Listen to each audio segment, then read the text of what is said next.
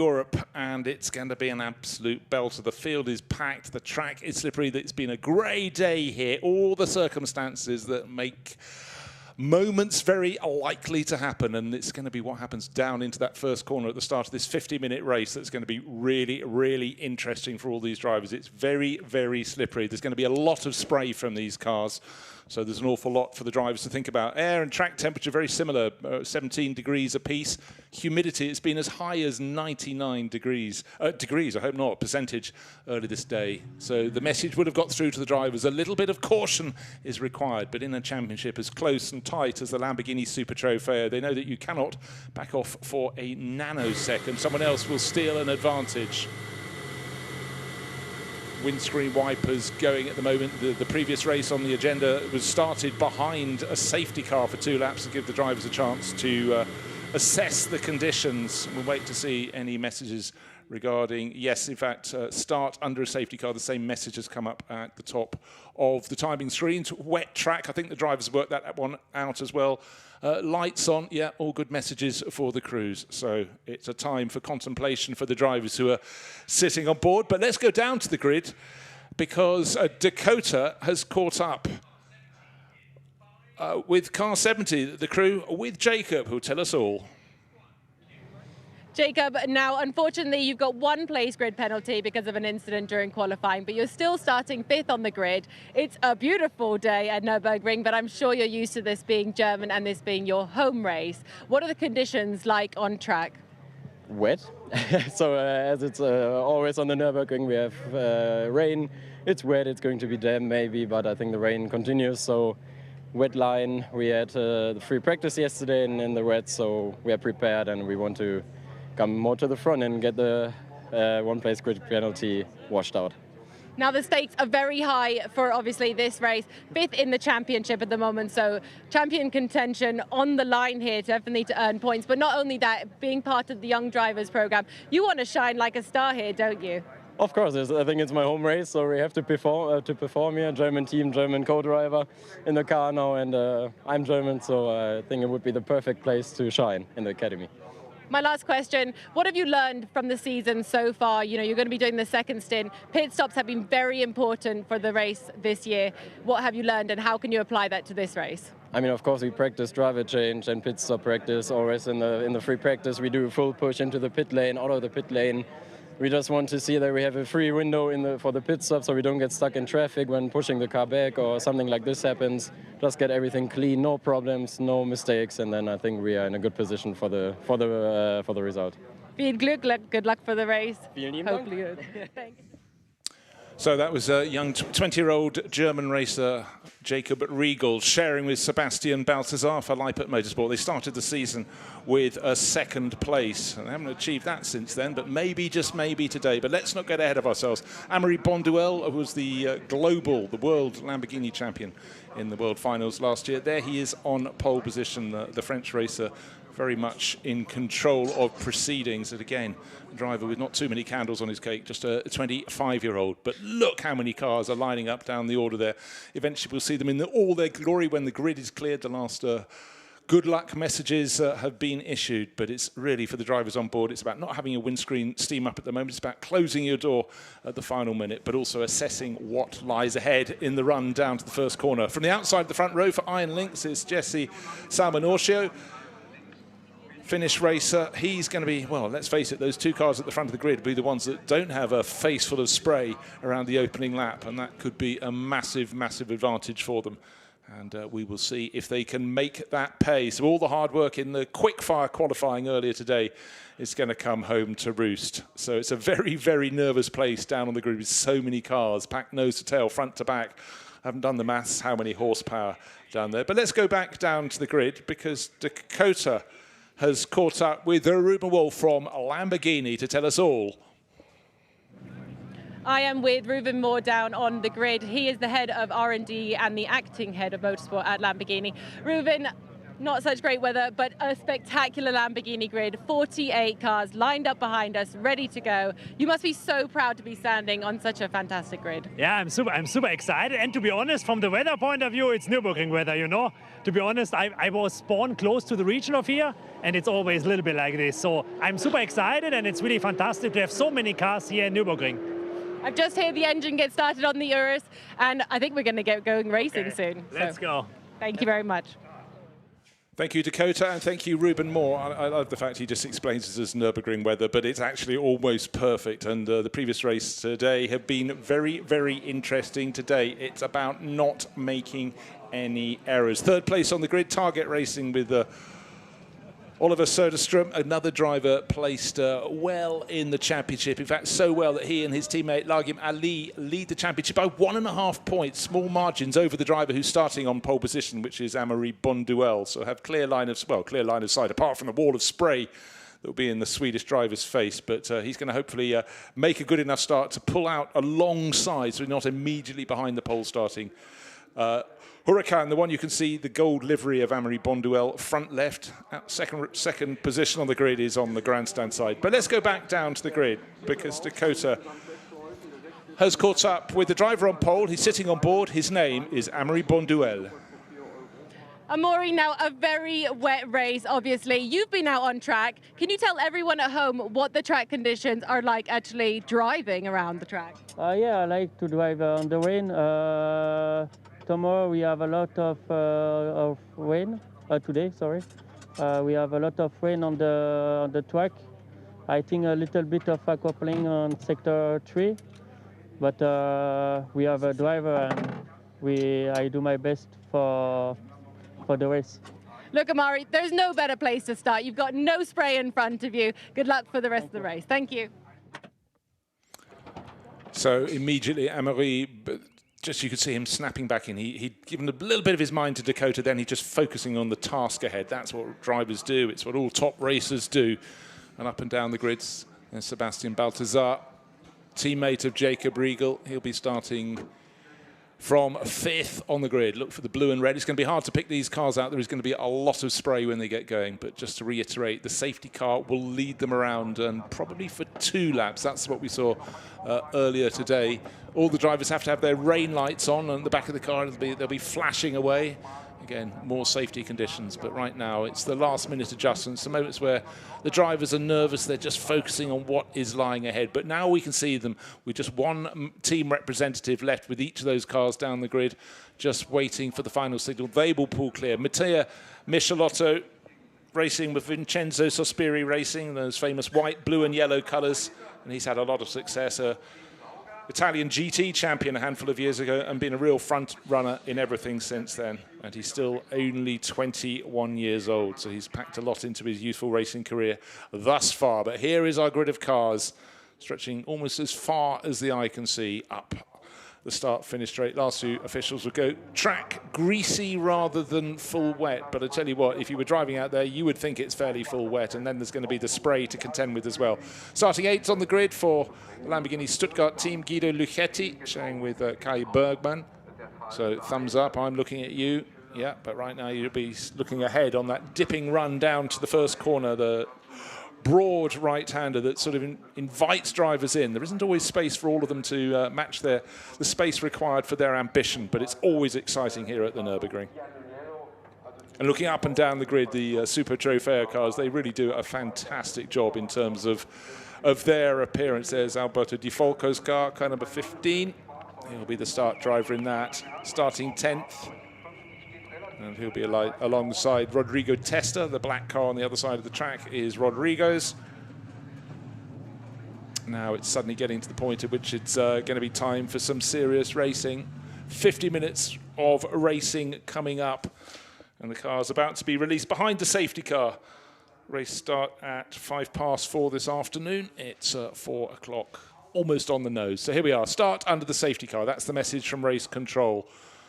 And an enormous pack of cars, 40-plus cars, or almost closer to 50 cars about to start this race. It's going to be a wall of noise, a wall of spray And let's hope we get them all around. But those first lap, or probably 2 laps behind the safety car, will give all of the drivers a chance to assess not just the degree of visibility they'll get when running around behind other drivers, but can they dare use the curbs? They're always much more slippery. Any painted surface is far worse in the wet than a regular tarmac.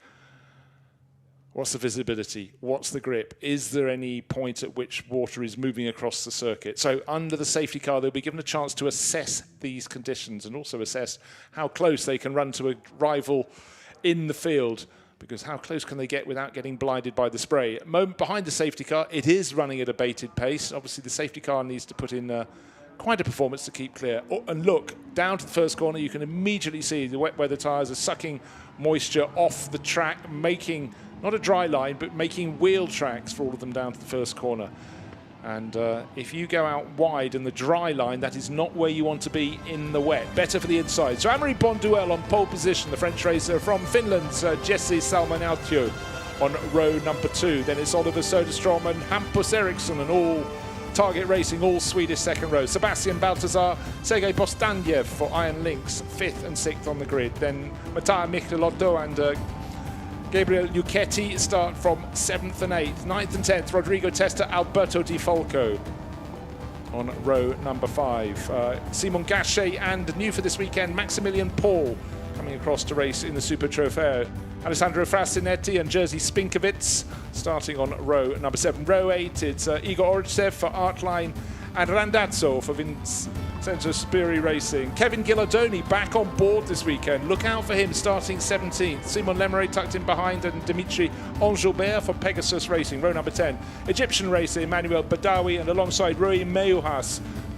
And then Broniek Formaniek and Lola Lovinfos. Next row, row number 13 out of 24. Valkyrie and Karim Oj.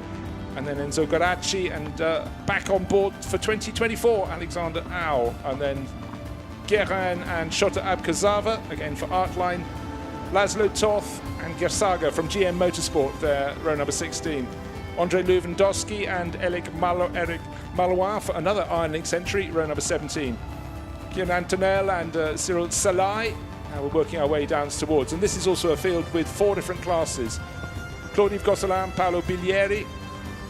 And then row number 20, Quilin Han and Charlie Martin.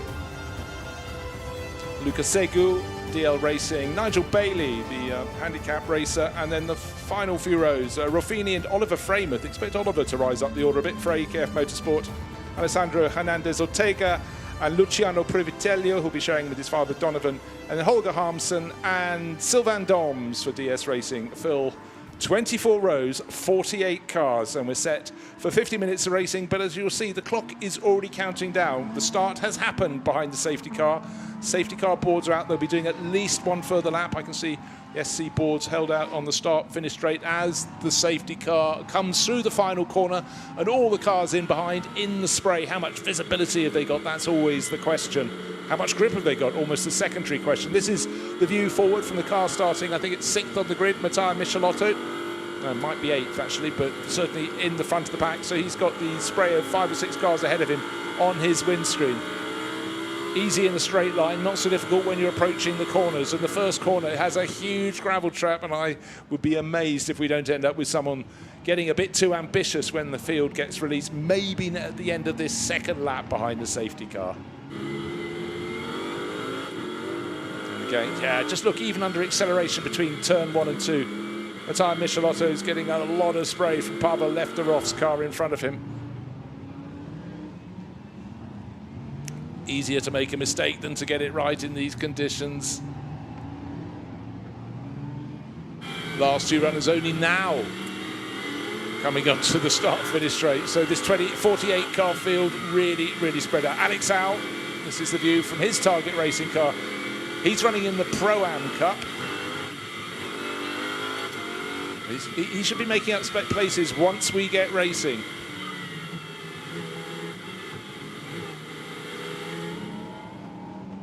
Car number 81 splashing its way around the circuit.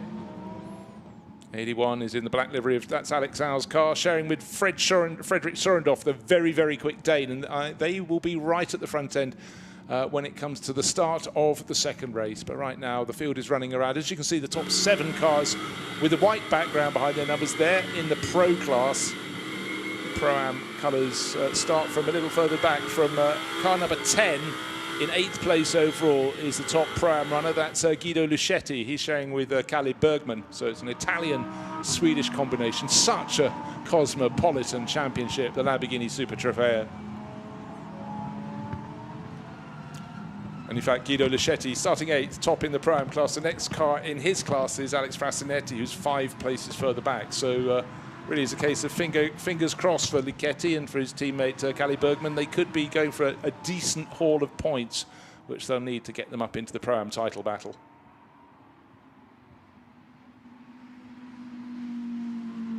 And just to run down, we've got the car that's starting from 3rd on the grid. It's number 9. That is it's just out of the background behind the gold and the yellow car, the one with just tucked in behind in 3rd place. There it is. That is the championship leading car. Car number 9. Oliver Soderstrom will start, and his teammate Largim Ali will do the second half of this race. We're going to have a further lap because the lights are still flashing, and the Lamborghini safety car has decided one further lap is required. Otherwise, he'd had to turn the lights off on the light bar and dived into the pit. He has not done that, so it's decided a little bit more caution ahead of this 50-minute race needs to be considered and taken. So Largim Ali, Oliver Soderstrom, car number 9. They're the overall championship leaders from the car that started from pole. That's Amaury Bonduelle. There it is, the gold one. Just 1.5 points between them. But then a further 20 points back to the car 3rd in class. So their title battle is really shaping up very, very nicely indeed. Again, just listening to Macaia Michelotto for Vincenzo Sospiri Racing, just applying the throttle. This is a point you'll be off the throttle. This is turn 2. Then the short run down to turn 3. A place, if you can get a decent run, you could possibly stick your nose rather rudely up to the left-hand side of the car in front, but most of the overtaking, it happens around the outside there. Now here's the first corner. Safety car is now going to be in at the end of this lap. There'll be 3 laps behind the safety car, but I guess every lap has given a chance for them to clear a little bit more water. Not really raining now. It's simply a little bit of drizzle in the air, but it was the moisture on the track. Going down to the Pro-Am class, it's led by Broniek Formaniek and Stefan Rosina for Mechanek Motorsport, but again by a really small margin. Renaud Coppens and Roy Meuhas are at right tucked in behind, just 2.5 points down. But really right now it's not a question of considering championship positions. It's a question of the drivers focusing on what is coming up. The lights are still flashing on the light of the roof of the safety car, but the crews in the pits will have sent the messages through to their drivers that the race start is going to be almost upon them. The race has started, yes, that is a point, but the full race start, when the safety car peels off, it's going to be happening within about the next 2 minutes, and then there's going to be this explosion of noise. And as the cars now work their way out of the hairpin, back up to the Schumacher S, and then depart from the bottom right of the screen, they're still climbing before they go through a few more corners, then drop down behind a paddock, down in the dip. Where is the grip going to be for these drivers? Will there be any? There's another question. And again, just looking down the chart, left-hand side of the screen, 16th position overall. The red flash means it's the AM class, and it's Pier Giacomo Randazzo who leads that class, not just on the timing screens there, but also is the championship leader, sharing with Stefan Trabudini.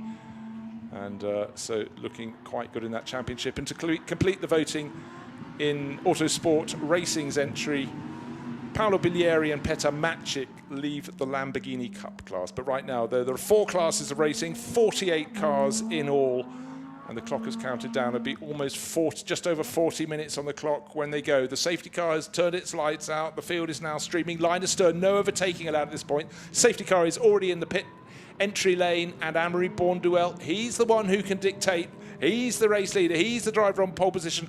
When to go, when to floor the throttle. He can't be passed before the start finish line. Backs them right up. That means Jesse Salmonortio can't get on the throttle, and can Salmonortio react the very second Bonduelle makes his move? He's keeping the back. Now he's put the throttle down, just short of the start finish line. Probably did a very good job there. Salmonortio has not lost ground at all behind Oliver Soderstrom, championship leader in 3rd place. And in behind, we've got Hampus Eriksson. Will they stay in that order down to the first corner? There's a move for 4th place.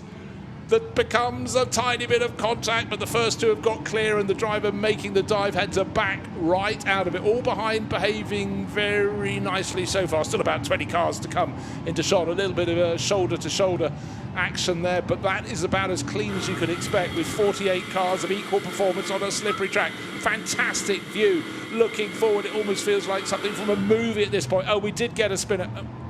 Was that Jesse Salmonaucio? No, hold on, that was someone right at the tail of the field. Similar race livery. Scare there for Salmonaucio. Just don't listen to me there. It was a sister car that went around. The front three runners have got away pretty cleanly.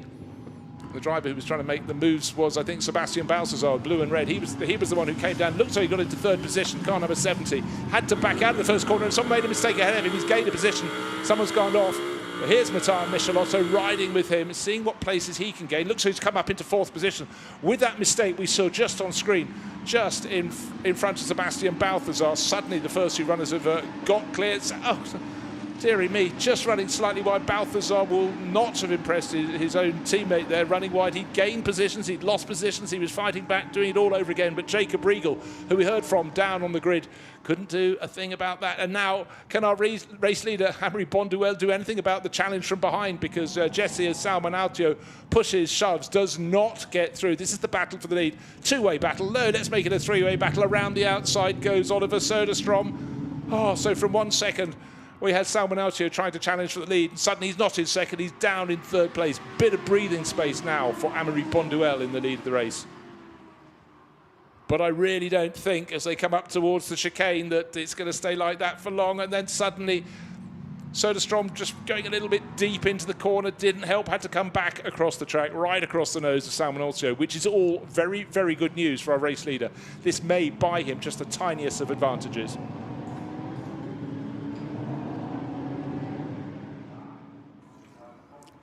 Power down from Bonduelle, goes on to the fourth lap of the race. 1 second clear, almost precisely on the nose, but a really good scrap for second place from Söderström and Salmonaucio. Michelotto's gained about four positions since the start of the race. He's going well. You can see one of the Oregon cars working its way towards the front. And in behind, how they're going to manage it at the second time at full racing pace. Drivers coming down the inside often have to sort of force their wide a little bit across the nose of others who've taken the wider line. And it's Sebastian Balthazar, car number 70, losing places at the moment, hand over fist. He was challenging for third place as the spun car on the exit of turn one, and still drivers trying to make moves and having to pay the consequences accordingly. Now Oliver Söderström, first, second and third, pulling clear, but I'm just sensing the white car with the yellow and blue stripes on it, Matteo Michelotto, picking up the pace, closing in. There's one of the sister cars in the pack as well.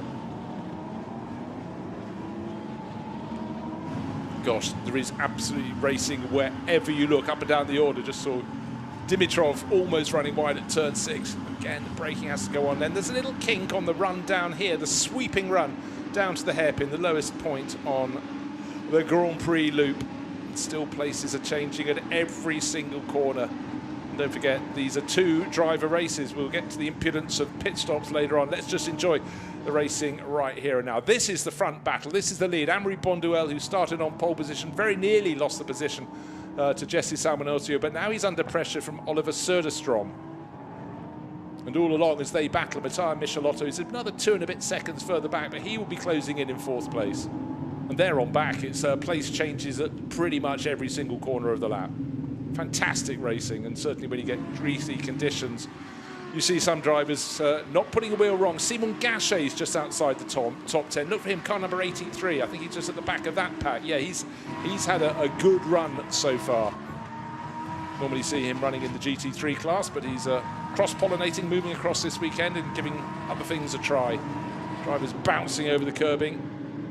It was like a recovery drive from the number 70, the blue and red car of Sebastian Balthazar, fighting with Guido Lischetti. Didn't quite get the move done. On to the start-finish straight they go.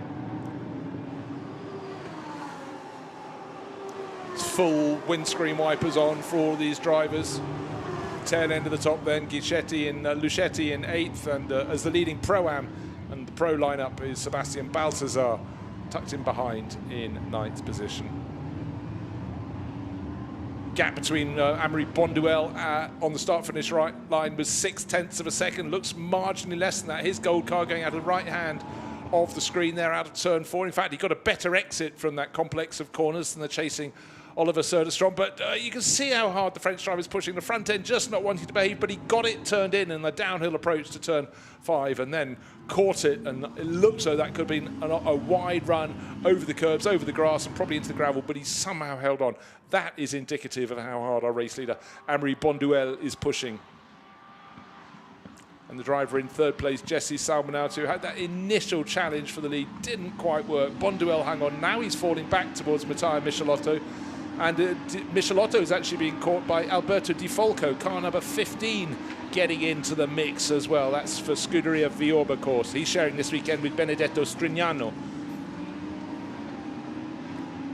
And down at the hairpin, it just continues to be cracking racing. Side by side, exactly how it should be, but it's very difficult to go side by side through the Schumacher S. So Vincenzo Sospiri's racing's charge there. The white car just backed off a little bit. Very sensible indeed. When you see the cars running at sort of 1 or 2 second intervals, there doesn't seem to be so much spray. It's when you get them in a pack, but it did stop racing before the start of the race. The track is drying out. Can you imagine that? All these cars will let downforce, 48 of them in all, charging around. Of course, it's going to dry out. I think we've only lost one car so far. I'm sensing that we lost the Charlie Martin car, so John Seal, fellow British driver, will not get a run in the Lamborghini Cup class today by the looks of things. Did see a car stuck at the side of the circuit, one that had a little loop down at turn 1. Oh, that's a long way back to make a manoeuvre, and you'll pay the price for that. That's car number 10. That's Guido Luchetti, leading Pro-Am runner, about to lose a position, one would think, but may just somehow hang on down there. First to second is now 2 seconds. Amory Bonduel has stretched his advantage to lead the race. Let's just run down through the class. In car number 10 is the leading car in Pro-Am. That's the one that Guido Luchetti is sharing with Kalle Bergman. Ooh, yeah, still people sorting themselves down out at turn 1. I'll get down to the other classes later. Don't want to tear my eyes away from the action on the screen. 10 and 16 getting very, very close indeed. And that's for 10th place. Number 10 is Guido Luchetti, who's leading the Pro-Am class.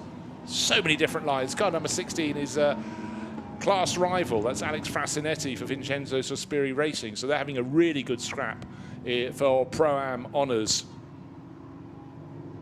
Sometimes gets lost in the heat of the battle. We've got the 4 different classes, and we've got the overall. You can obviously tell who's leading the race. That's Amory Bonduel by 2 seconds, but looking down the order, this is the Pro-Am battle, 10th and 11th overall. Stéphane Lemeray, 8 positions further back. Car number 27 is leading the AM class. That's showing with Rodrigue Guillon for CMR team. And so it goes on down the order, and just double checking, it's Shota Abkazava who's leading the Lamborghini Cup class in 24th position. Meanwhile, as they say at the front of the race, it's all just stretching little bit by little bit. Our race leader, Amory Bonduel, has started from pole position. You can see almost a proper dry line appearing.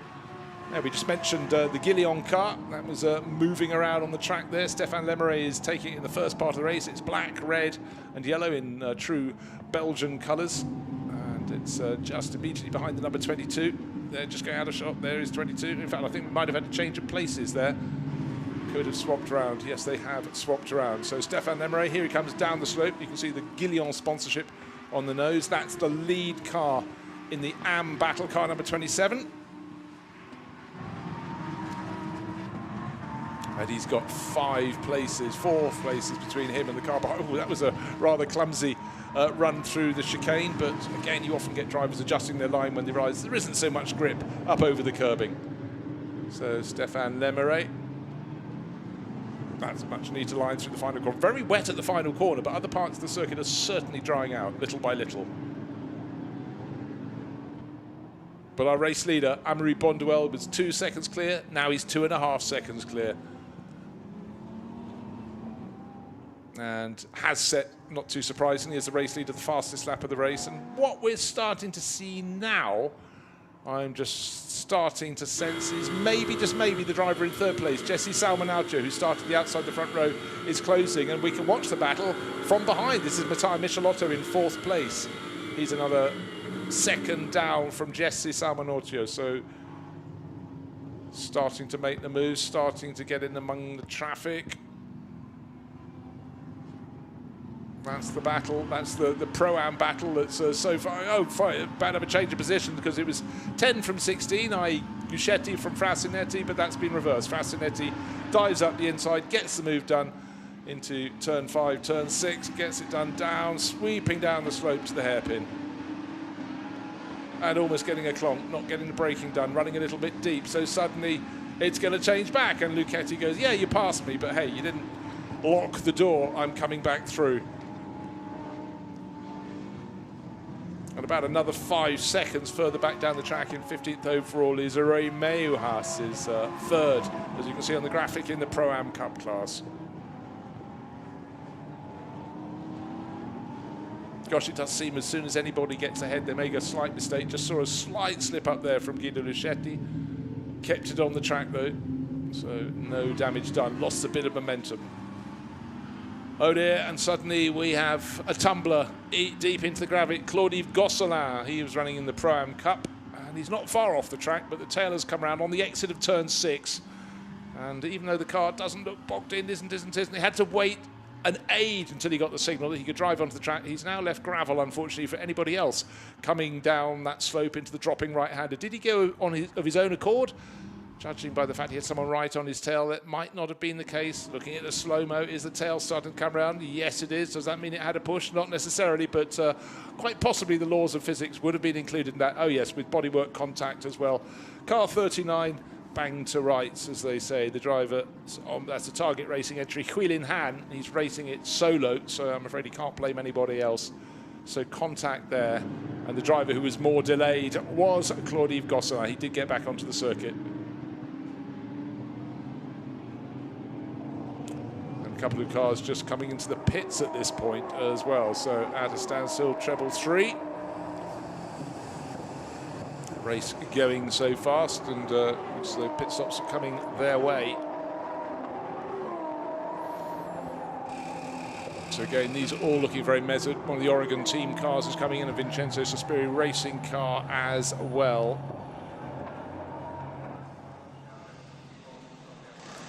But of our front runners, they're not interested in pitting as yet. These are the pros, so they're staying out as long as they can. Amaury Bonduelle now 2.9 seconds the good over Oliver Soderstrom. Just remember, Oliver is the championship leader, but only 1.5 points clear of this driver, car number 28, Amaury Bonduelle. And Amaury is also one of a handful of drivers who's doing this race solo. Doesn't trust a teammate to do the job he thinks he can do himself. As you can see, the last few laps had been better for the chasing Jesse Salmonauto, then it fell away a little bit. But here, third, fourth is the white car, Matteo Michelotto, tucked in behind Alberto Di Folco, car number 15. Having a good little scrap here, trying not to make any errors. Car 15 for Viorba, of course.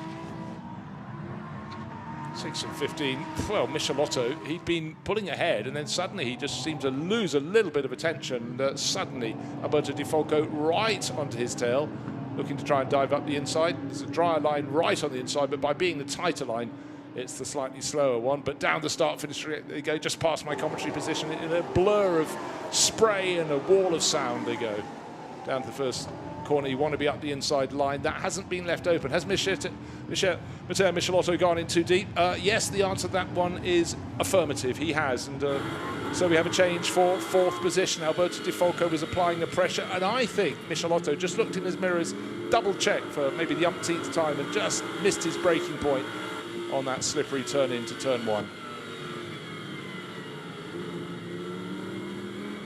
But certainly Alberto Di Folco had been putting very, very good pressure on.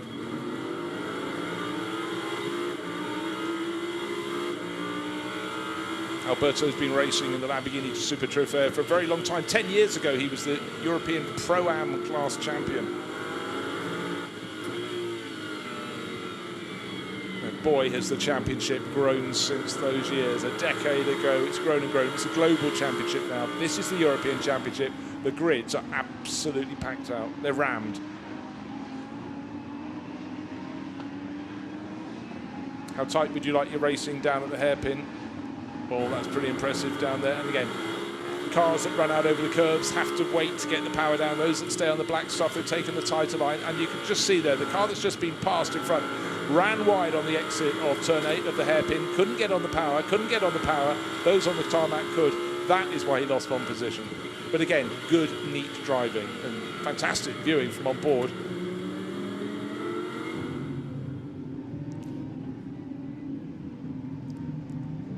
So a good little scrap. Car number 6 was in the heat of the battle down there. That was Matteo Michelotto. Almost looks as though you're driving into the twilight, and yet it's only coming out 4:30 in the afternoon. And our race leader, Amaury Bonduelle, is coming into pits. There is no driver waiting to greet him, waiting to take over, because Amaury is doing this race solo. You don't gain any advantage, but you know what? When you've been driving on a greasy track like this, if you know what the conditions are like, it's actually better for you to go back out than someone to go out and spend a lap, maybe two, just gauging where things are tricky. Amaury Bonduelle, there he is, the bright golden car number 28 for BDR competition. He knows what it's all about. He's going to come in, serve his minimum pit stop time, and go out again. But at least the track will offer him no surprises when he gets out there. Gosh, I thought for a second someone was going to walk out to his car. It's someone else to go to another car, because Bonduelle listed as one of the solo drivers in this event. He's waiting, but he came in from a lead of around 3 seconds. Remember that figure when he goes to try and rejoin. Still so much spray down the start-finish straight. It hasn't rained for some while, not proper rain, but there's so much moisture in the air. Just before the race, it was 94% humidity. So you walk out of, say, the commentary box, out of the pit garage, and you get a little sheen on your face. Now, this is the leading car that's pitted. We heard from Jacob Riegel before the start of the race. Now, he was pushing very hard as soon as he got out. And you could see he had a lucky moment there, because he pushed too hard for the conditions. He hauled it all back together.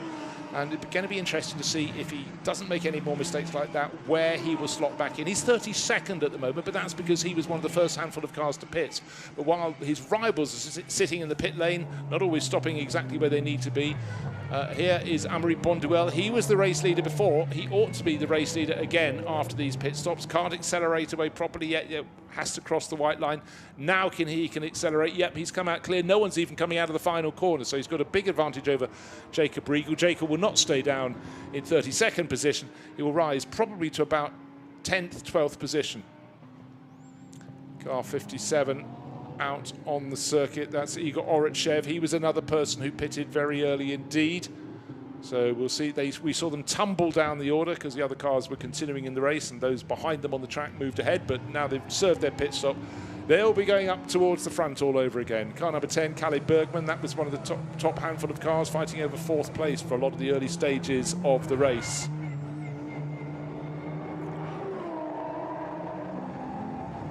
The long wait of a driver waiting for his teammate to come round. We've seen them suits on, helmet on, gloves on, seat under their arm, their seat insert, waiting to hop in. And then it always seems an eternity for a teammate to come around their final planned lap before the pit stop. Oh dear, one car's had a setback. Car number 62, by the way, DL Racing's Ibrahim Badawi, the Egyptian racer running in the ProAm class, the Pro class, overtook during the safety car period. That's a full no-no now. Edgar Malouin in for Iron Lynx. Deep into the gravel at the first corner, but not deep enough for the car to bog down. So, championship leading car only by 1.5 points before this race. Oliver Soderstrom out, Lagim Ali taking over.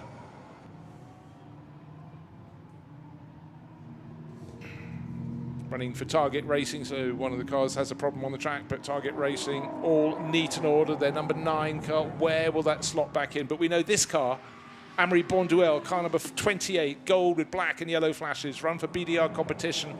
It was in the lead of the race before the pit stops, had a tidy pit stop, did not change to another driver, not a very tidy line across the chicane there, but it's an effective one, gets it back down onto the deck. Windscreen wiper, probably going more for an accompaniment and a little bit of company in the car than for any true purpose, unless you're running behind another car, then you need your blade on. You can see the shine, the sheen on the circuit down at pit exit. Right, down the start-finish straight at full speed comes Amaury Bonduelle. Has the pit stop switched it around on him? Has he lost the lead? Oh, very, very close with some of the chasing runners down the start-finish straight. The car that Mattia Michelotto has hopped out of, just emerging almost right into the, well, to collect another challenger. That's young British racer Micah Stanley has just taken that one over. So all the runners have made their pit stops now, and Amaury Bonduelle looked as though it was neat and tidy. Car number 70 works its way back up the order. It was one of the first ones to pit. Jacob Riegel, we're mentioning him. He was the first of them to pit. He fell to 32nd position. He's up to 18th position and may gain a few more in the space of the next few seconds, as others are still continuing to just leave the pit lane.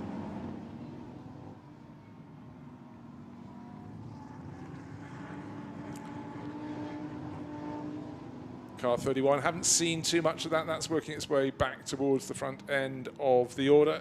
And it's from the Target Racing crew. That's Hampus Eriksson. He was right up at the sharp end of the field early on. Still seeing, well, I was going to say, you see the drivers who've come out of the pits still trying to gauge where the grip is, and immediately you get a car in a beautifully controlled drift in the background. It's the gold one. It's the car that was leading the race. And of course, for Amaury Bonduelle, was not doing a driver change. He had to have the mandatory time at a pit stop, but he's come back out and he's confident in the conditions. He's had, 25 minutes of this race under his belt and more, so he's able to attack. While some of the drivers around him, even ahead of him, are on tiptoes. They're just waiting, trying to place their cars, know where the grip is and know how wide they can take the cornering line. But for Amaury Bonduelle, no such concern. He knows exactly where he has to place his car. Onto the tail of Largi Mali, so championship leader just ahead of championship challenger. Overtaking going to take place, but it was a better pit stop sequence for Oliver Soderstrom in car number 9 to hand over to Largi Mali. Amaury Bonduelle right on his tail.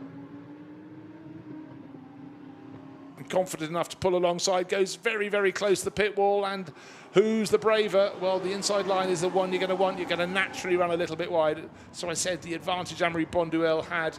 He's braked a little earlier into the corner, but he's got it all covered off. But then he runs a little deep. The tighter line makes you do that. But as long as he can get his nose back alongside and in front, but he's slid wide and he's running right on the exit of turn 2, gets it back onto the island somehow, onto the circuit, and even has the effrontery and brackets the grip. Sort of enforced tighter line on the exit of the corner, gave him a straighter line and takes the lead back from Largi Mali. These are the two championship leaders. Bear in mind, at this moment, the car in the lead has 48.5 points. The car giving chase has 50 points. If it stays in this order, a championship lead will swap around. But look at the way these cars are moving around on the track. And you have to say, some drivers surely, if they've just taken over, may be in a position to drop it. But this is maximum attack from the front two. Front two in the race, front two in the championship. And just having a very quick look up and down the order, because they're first and second in the Pro Championship with a 20-point lead over Leonardo Caglioni and Enzo Garacci.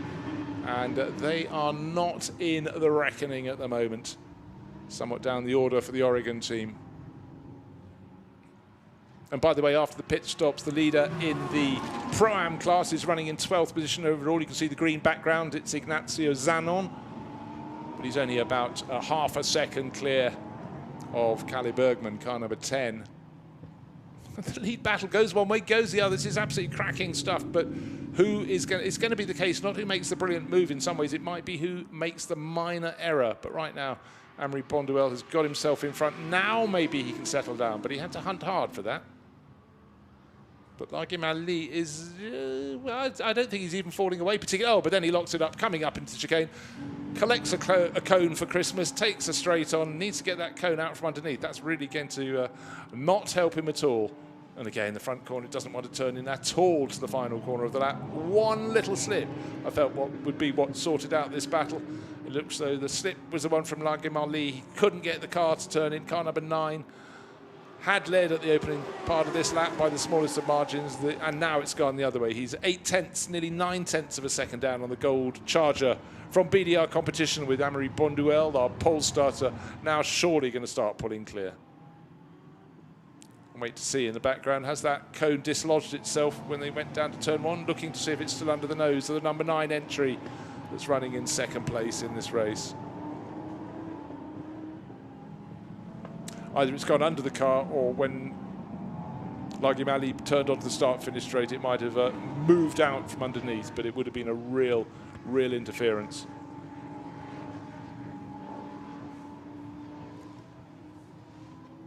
So the Swede and the Dane in second place. You can see the Swedish flag behind the B pillar on one side, the Danish on the other. But let's go down to the pit lane. Well, one of the stars of the... oh, my word, look at this. Just as we're about to go down for an interview, there's too much happening on the track. We thought Lagimali was beaten. I thought Amaury Bonduelle would pull clear. Bonduelle's actually on the slightly better line, but the intent was shown there from Lagimali. He's going to have to find another day, but he was falling back. Now he's closed in. This battle is far from done. Fantastic. Absolutely fantastic race. In these conditions, so difficult. Plenty of spray for the driver that's tucked in behind a rival. They drink out when they can. They're experimenting with lines. They're braking later and later. That move had everything. It had aplomb, vim, vigor, the works. It was... It had a lot, and if there's another move, there may well be gusto involved. But Amaury Bonduelle really defending so resolutely, just was not accepting it. But it was really bold from the Dane, from Lagimali, and he's not finished yet. What have we got left on the clock? 14 minutes. They're clonking the curbs at the chicane. By the way, there are other drivers in the race, but they're 11 seconds and more further back. Just going to give a little mention to the number 42 from Iron Links. That's Giorgio Amati at the wheel. He took over from Jesse Salmonatia, who, don't forget, challenged for the lead on the opening lap of the race. That's down in third place. And Micah Stanley, young British driver, is in fourth place. That's for Vincenzo Sospiri Racing. Took over from Matteo Michelotto. I tell you what, let's go down. I've mentioned Micah Stanley. I've mentioned Matteo Michelotto. And Dakota's been listening because she's caught up and she has young Michelotto for you. Now, Mitya, it doesn't look like it, but it's really starting to come down now, the rain. You've been on track. What are the conditions like on track? The spray must be terrible. Yes, I started very well, and yes, very difficult now because the wet is yes, difficult situation. But I like the tires, especially in the rear. The tires is very stable in the rear. We have a little bit understeer in the fast corner, so I think we lose a lot of time in sector 2. Now, the last time we both looked at the timing, your teammate was 3.8 seconds, so probably something around there now, from the third place, from the podium. Do you think he's going to be able to catch up? Now, his lap times are not as good as the person in front of him. Will he be able to catch up? Yes, Mika don't have the experience, so for him it's first time with the Super Trofeo. It's difficult also for because him drive a Porsche. And now we have ABS, so it's different car, difficult situation. So thank you very much. Spero bene, good luck, and I hope the rest of the race goes well for you. Thank you. Yes, thank you. So that was the voice of Matteo Michelotto, who went up, gained about 4 places in the opening lap, sort out, drove very well for Vincenzo Sospiri Racing. But as he said, for a teammate to take over and have your first run in the Lamborghini Super Trofeo, tough enough to be running at the front end, but in these conditions when you're used to other forms of cars. Anyhow, baptism for him. Not a fire, the fire would have been put out by the rain, but there he is, the white and blue car coming up the hill, fourth place for Mika Stanley. And welcome aboard the Lamborghini Super Trofeo for him, driver born in Monaco, 23 years old.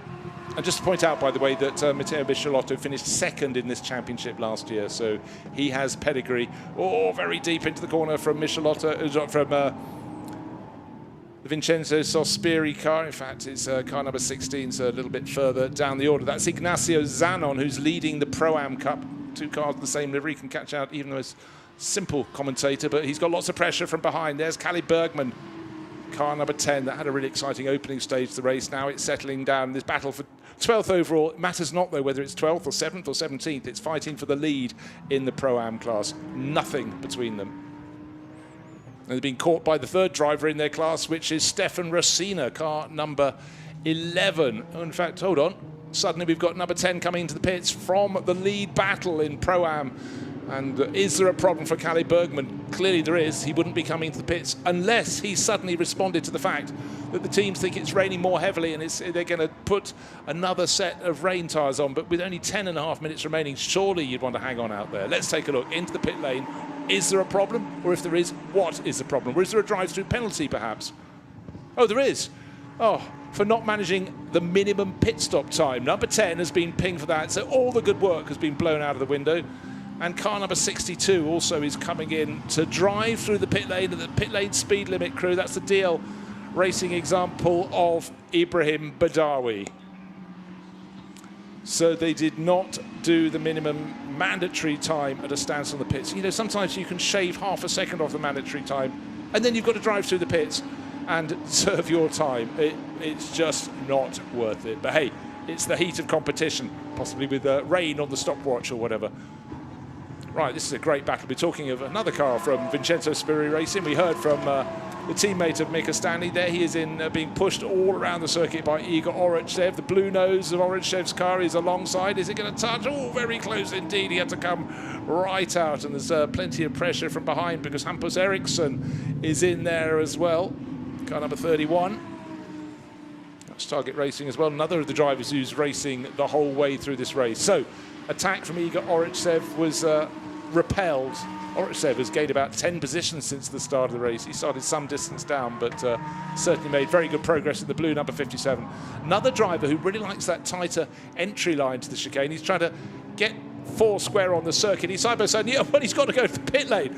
A blow to the side of Mika Stanley, and the laws of physics punted him up the inside, and then suddenly it could be a place gained around the outside by Hampus Eriksson. He's going around the outside, and car number 30, well, not that you can see the number, you can see vaguely the blue flanks of Oretsev. Place change behind, so Mika Stanley was assaulted on the exit of the chicane, held square. Oretsev dived up the inside because he was bounced into the pit in, and then down into turn one. Hampus Eriksson goes in, removes Mika Stanley, and Oretsev goes, well, I think that's very kind of you, and dives back up the inside. So plenty of racing, drivers slipping and sliding around the Nürburgring. Very, very damp today. Great racing though. And you can just see the consequence, particularly when you're in a tight battle. One little moment, you lose a tiny bit of momentum, and then suddenly a rival compounds. You may have to come off the power accordingly, and they will come through. So look, much more rain falling now, and certainly more spray coming off the track. Can't see a great deal looking forward from Mika Stanley's windscreen. Just trying to work out who's immediately up ahead. Is that Pavel Lefterov? No, it's someone else who's there. They're putting a lap on, going around the outside, car number 24 by the looks of things. Oliver Freimuth not enjoying the conditions there, but for Igor Oretsev it's another place gain. But look, the black, white and red car pushing very hard indeed. Hampus Eriksson.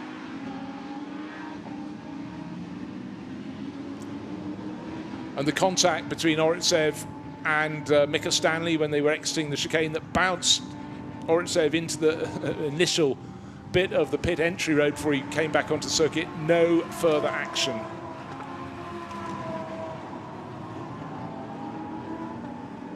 Oh, and I think one of the reasons Oliver Freimuth has fallen so far back is because he also didn't meet the minimum pit stop time, so he had to call in for a 1.7 second stop. That hurts. Right, here's a battle. Mika Stanley, he got elbowed out of the way by Igor Oretsev. Now he's got Jacob Riegel to contend with. Look, on lap 15 alone, 3 seconds were gained by Riegel. Car number 70, blue and red, and making progress all the time. God. The visibility is getting so much worse. We've got only 6 3/4 minutes remaining in the race. If the visibility is getting worse, you know what? That probably also means that there's a bit more rain coming. I can only just see the castle over Nürburgring village, and I look over the final corner. What the drivers can see remains to be understood, and only they can explain that after the race. I tell you what is good, though, for Amaury Bonduelle leading the race. He's nearly 2 seconds clear. Little bit of an advantage. There's a second place car sliding around. Largim Ali has just moved up into second place. Let's hear from his teammate down with Dakota, Oliver Soderstrom. Oliver. Now Lagum and Amari have been having a very close battle for first place. What is it like sitting back here in the pit lane and only knowing that you can watch your teammate and, you know, secretly cheer him on? Yeah, I mean, it's not a nice feeling because they were battling it quite hard out there. But yeah, good for the fans, and I think so far this is one of the best races we've had, and I'm really happy about it. Now, what have you told Lagum? Because obviously you and Amari are 0.5 points apart in the championship title. Is it better to battle and get first place and maybe, you know, or take that risk, or is it better to come second place in a safe way? Well, I think he did it in a quite smart way. I think he stressed Amari quite a lot, which almost cost him the lead, and he almost spun, so I think he did the right thing. But I think in these conditions, to be a solo driver can help a lot. And is that the only advantage, do you think, that Amari has?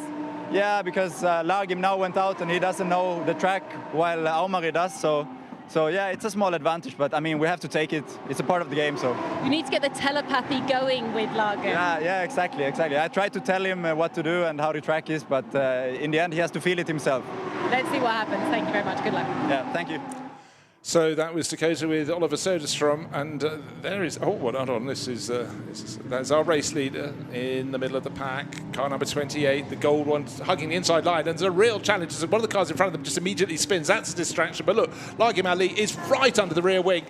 0.2 of a second, I think, the gap between first and second. In that 0.1 of a second, in that lap, 1.6 seconds gained by the chaser. Lagum Ali. Now, will this back marker give an opportunity? He's going to slightly block Amaury Bonduelle, but then he also blocks Lagum Ali, the black and green number 9. Oh, Bonduelle was very positive. He had to try and put that back marker, car number 39, between him and the chasing Lagum Ali. But what we've seen with Lagum, every time he drops back a little bit, he does have the bravado and the ability to get on the tail of Amaury Bonduelle. But Amaury is the driver who is leading this race. It's seesawing backwards and forwards. But look, that last lap, actually I was wrong, not 1.6, 1.8 seconds gained by the chasing number 9, but I think he's now about 1.5 seconds down. He's got to do it all over again. It could be a case of where the back markers fall. I thought at that moment it was going to cost the race leader, but look, Lagum Ali is pushing, and then Bonduelle gets the tail out down between turns 5 and 6. These drivers are right on the edge of adhesion. This is definitely one of the best Super Trofeo races I've seen for a very long time. They always say that rain is the great leveller, but also when you've got the real pros having a dig, having a dive. Here's Bonduelle. He wants to get that back marker between him. He's done it very nicely. That's car number 27 that was had Rodrigue Guillon on board. And Rodrigue, had to go somewhere. He keeps out of the way. Well done there. But that's just brought a little bit of advantage. Look, the tail coming around. Bonduelle is very happy to hang the tail out. Definitely he thinks he can push, and he's having to. He cannot relax because Lagum Ali is relentless the way he closes in. I just don't think the clock is going to be his friend. 3 minutes remain in this race. What lies ahead? Well, there are no cars immediately ahead, so it could be, this is possibly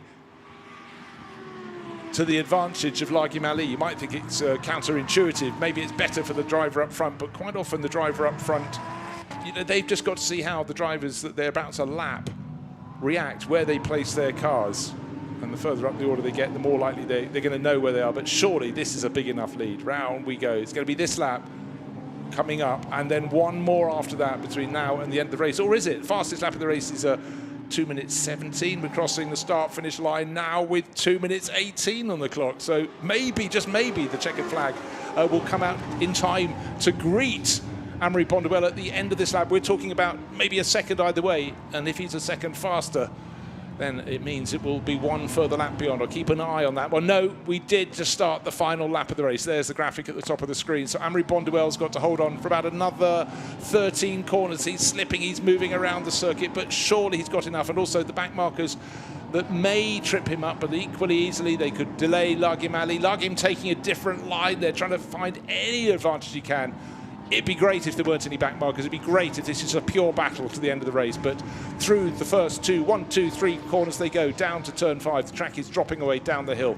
There goes our race leader, Amaury Bonduelle. He started from pole. He did have the... Oh, these little incidents. This is the car that spun some short while ago. Alessandro Hernandez Ortega. It's up at the final corner. He's sitting about as square across the track as you possibly could be. Everyone else has worked it out. He's moving around. If he can get out of the way before any other cars come through, that would be rather handy, because our race leader's about a minute away. That lead battle separated by 1.5 seconds at the moment. You could be sure, well, in fact, I was going to say you can be sure in the first part of this lap that Larguim Ali would close in, but Amaury Bonduelle has actually had more of an advantage. He's managed to stretch the advantage to over 1.5 seconds, so surely that will be enough.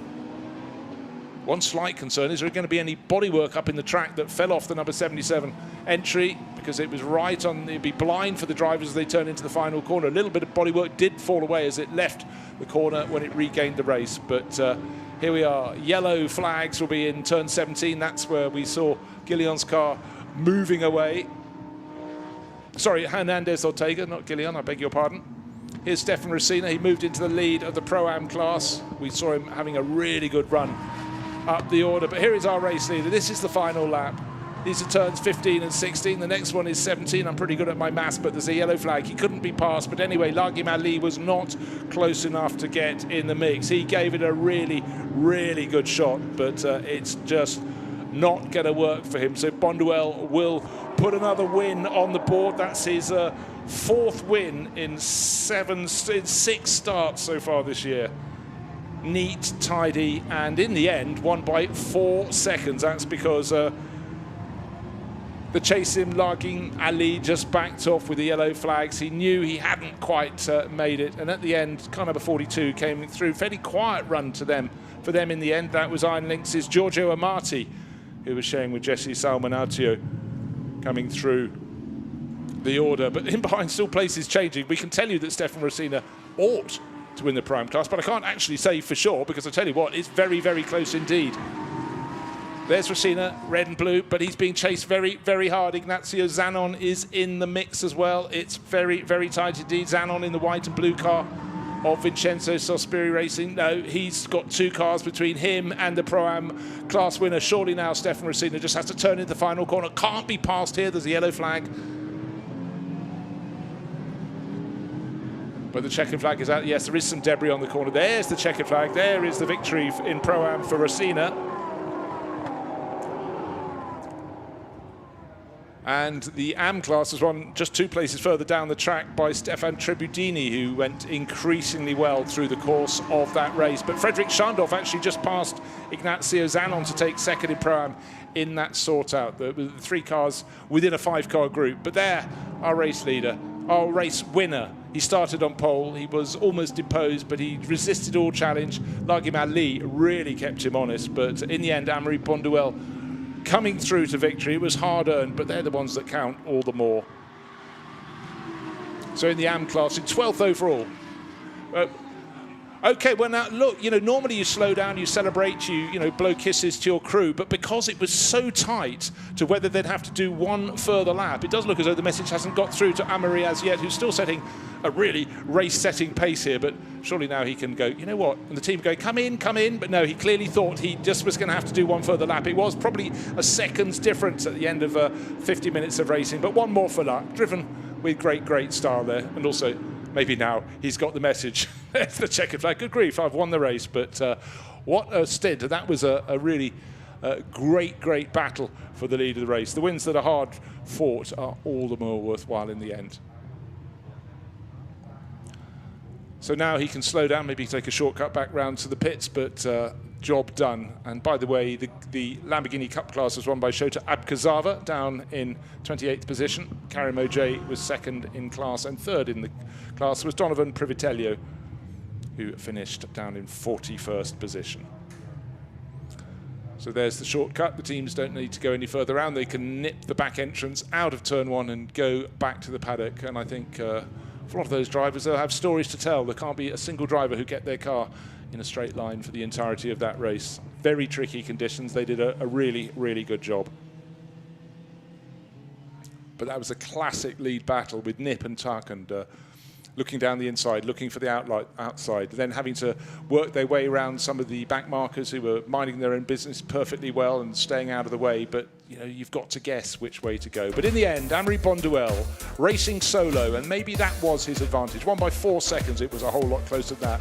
Second place for Oliver Soderstrom and Larguim Ali. So that means they fall to second in the championship, with Bonduelle now going to the top. And then third place, Amati and Jesse Salmon-Autio. And they were nearly 5 seconds clear of another solo driver, Hampus Eriksson. And another solo driver, Igor Oritsev, gained about a dozen places in the race to take 5th. Still going down through the pro runners, Sebastian Balthazar, Jacob Riegel, 6th place for them. And Strignano and Di Folco, 7th for them. Simon Gachet and Simon Thurman, good teammates, back together again, moving up. In the Pro-Am class, in 10th place overall, victory went to Stefan Racina. Victory in the bronze class in 12th overall was to Stefan Tribudini. And as you can see on screen, Shota Abkazava, with a grey background to his number, finishing in the winner's position in the Lamborghini Cup class in 28th position overall, and that's not bad. 2 non-finishers in really tricky conditions. So 46 of the 48 set off and came back to the pits. They will have stories to tell. And pause. After that race, the cloud now, of course, lifting somewhat. It was very grey conditions for the race, but the drivers actually will have enjoyed that run in the wet. It was tricky. The visibility was poor. And for the drivers that will be assembling now beneath the podium, assembling for their interviews, including Amaury Bonduelle after his extra lap. He was having so much fun. That was hard, that was tough, and they certainly did well. There's Stefan Racina up on the roof. Don't dent it, gentlemen. Having taken victory in the Lamborghini Club for Mikoniec Motorsport with Broniek Formaniec. Czech drivers up on the roof, just checking the tensile strength there, but they worked hard for that. They worked their way up into a battle, had a battle, and right at the end came through by about 2 seconds. Well, let's go down to the crew that came second. It was Oliver Soderstrom and the driver who brought it home, Lagim Ali. Lagim, congratulations, 2nd place.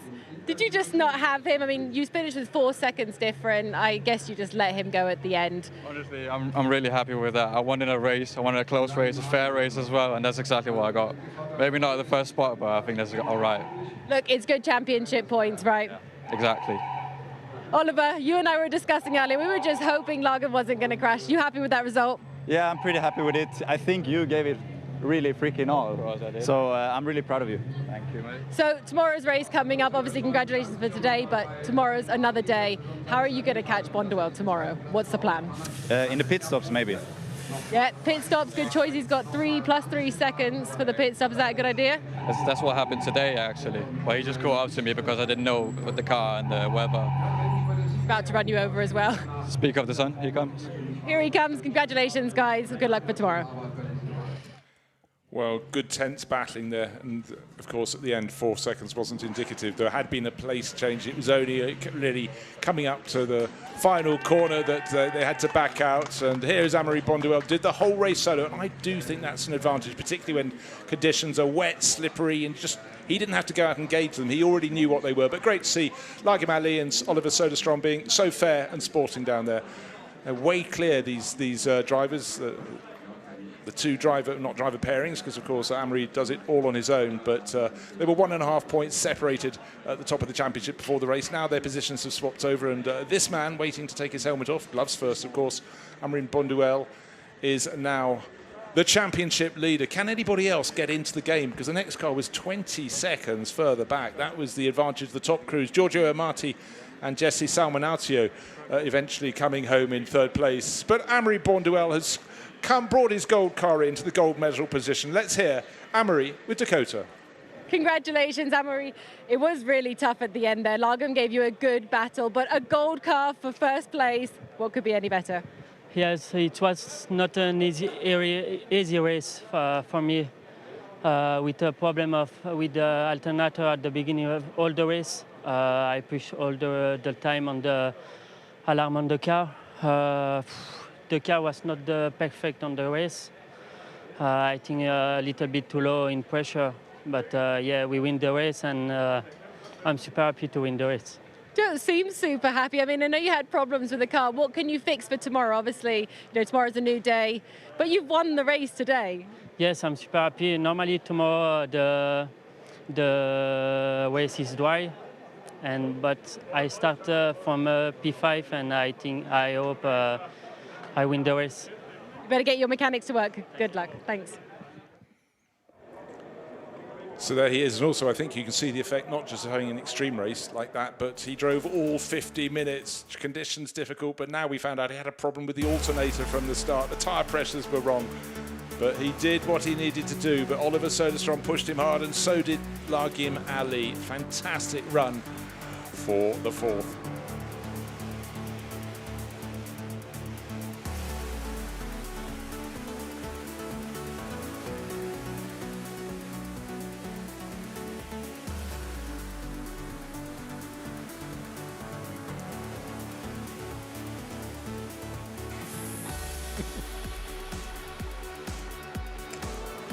And here we have the highlights looking back. Victory for Amaury Bonduelle. He was pushed very hard by Oliver Soderstrom down to the first corner. Conditions were slippery. Who could get the braking done? Almost none of them got it quite right. A few lost out a little bit, but bit by bit, Amaury Bonduelle pulled clear. But there was a real battle behind. It was great to watch, and certainly Oliver Soderstrom gaining ground, picked off Jesse Salmonaucho, went into second place. But the view behind, there were cars spinning, not really left, right and centre. The behaviour was good, but certainly lots of drivers had big moments out on the circuit. Little bits of contact here and there. And this, unfortunately for the number 4 crew, is a rotation not of their own making, and that was Claude-Yves Gosselin pushed around. But when we got up to the pit stops, Amaury Bonduelle came in from the lead of the race. Didn't get out back in front because he had success penalty to serve, and it was the number 9 crew who got ahead. But Amaury, of course, having done the first part of the race, was absolutely on top of the conditions, was able to pounce immediately and got ahead of Lagim Ali. He started to pull clear, but that wasn't the whole story because Lagim started to fight back. Dane getting closer and closer, and then there was traffic. Then this was an extraordinary moment, side by side, and Mika Stanley got a shoulder barge from Igor Oritsev, and the blue car bounced into pit in. Luckily came back onto the circuit, no further damage there, but then went through. There were still spinners right towards the end of the race, but keeping it cool, keeping it calm. Amaury Bonduelle just came clear. He went from half a second clear to come round and win by 4 seconds. There was the checkered flag. He liked it so much he came round twice. And now a slight pause as we wait for the podium ceremony, and I think everybody who steps up on to this podium for the 4 classes as they come up at the end of this race will have done an extraordinarily good job. They were very tricky conditions for the Lamborghini Super Trofeo today, and it was a job very well done. And only now can the crews relax and consider life, and the flags are flying down below because we have a whole host of nationalities who are going to come up and play on the podium, but we know the identity and the nationality of the driver who won the race. He's a French star. It's Amaury Bonduelle.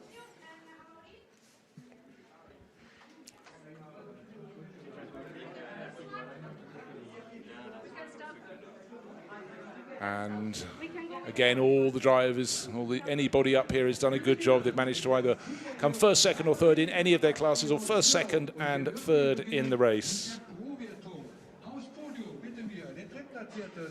Now coming out for third place overall, the number 42 crew from Iron Links, Giorgio Amati, and the driver who started, Jesse Salmonaucho, started from second, ended up in third place, but they did fall away a little bit from the top 2, or more to the point, the top 2 crews pulled clear of everybody else. Up into second place, Lagim Ali, Oliver Soderstrom. Plenty of applause for them. And onto the top step, he drove it solo. That's 4 wins. That's Amaury Bonduelle.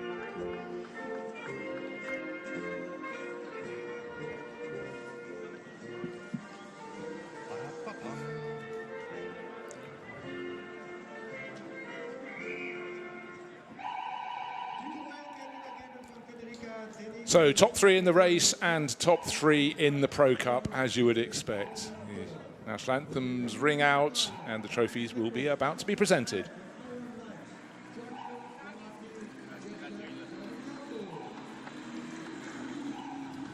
So third place, Giorgio Amati and Jesse Salmonaucho. Jesse standing closer to the camera on the right-hand side of the podium. Then in second place, Oliver Soderstrom on the left.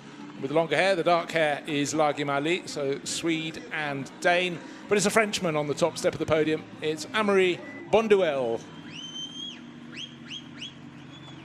Number 1 to him, starting 5th tomorrow. Can he do it all over again? But today was damp, some would say fully wet. Tomorrow is due to be dry. But all you can do is race what is in front of you. The trophy is being handed out. and BDR competition take the winner's trophy here with a map of the Nürburgring on its face.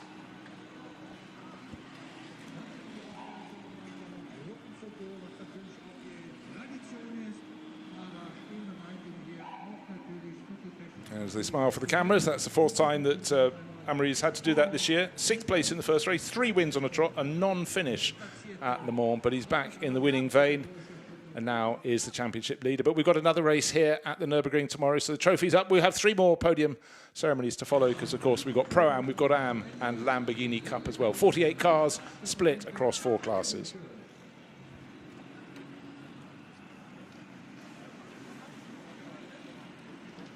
All the drivers will have plenty to consider from what's happened today, but they should not be having a wet track tomorrow, so it's going to be a totally different playing field.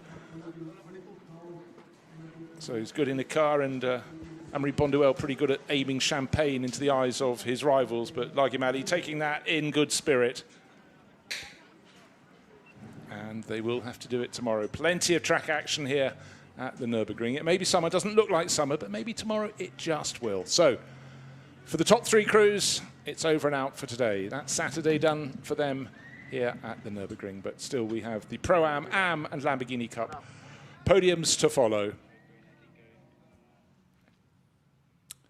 So you can see the hills in the distance here in the Eiffel Forest, but that's not been the case all day. We've had rain blowing in and out, we've had mist settling over the circuit. Started to make one think of the Nürburgring 24 hours all over again when there was so much. But now in the Pro-Am class, in 3rd place overall, it should be Andrea Frasinetti and Ignazio Zanon. It was very close. They're up on the podium already. 2nd place, moving up, is the number 81 crew from Target Racing, Alex Au and Frederick Schandorf, and up onto the top step. Wait for it, wait for it. Mikonek Motorsport, car number 11, the number 11 crew, Brunok Frominiak and Stefan Rosina from Czechia.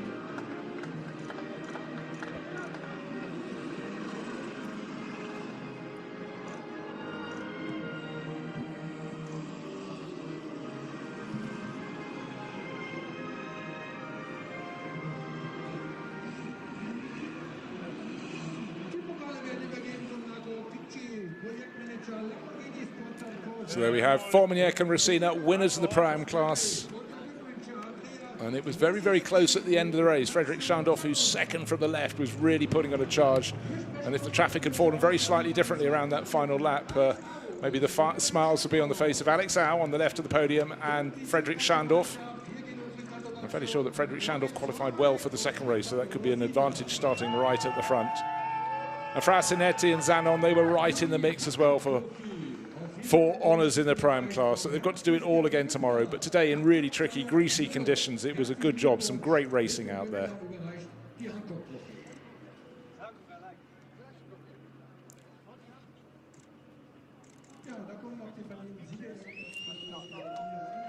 So trophies being raised. Now the official photos, the flags descend.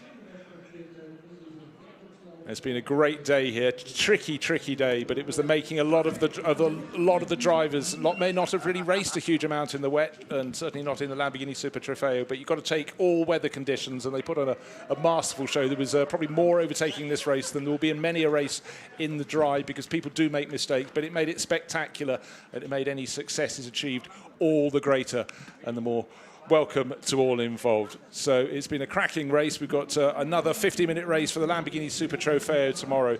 But really, at the end of it all, it's hats off to Amaury Bonduelle, who recovered from a huge amount of pressure from Larguimali, but he took victory in the end. It was very, very tricky, and really a fantastic job by all concerned.